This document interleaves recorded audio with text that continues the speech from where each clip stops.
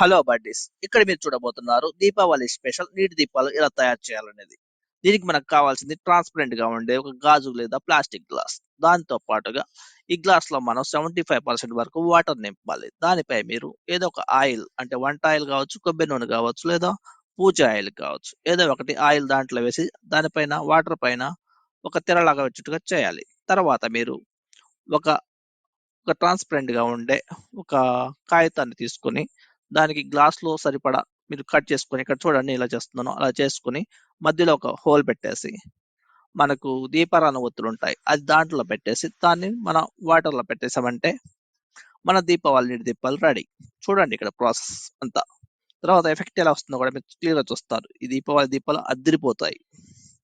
ఇంకెందుకు ఆలస్యం, దీపావళి జరుపుకుందాం నీటి దీపాలతో, అది తక్కువ ఖర్చుకి.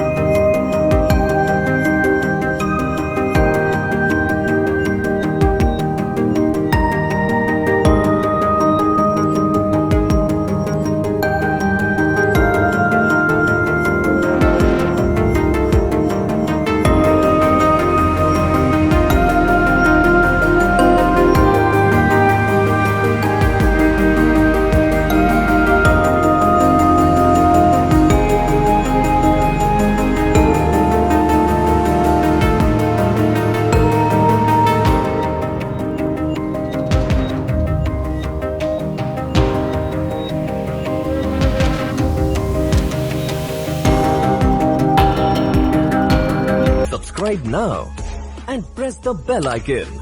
Never miss an update.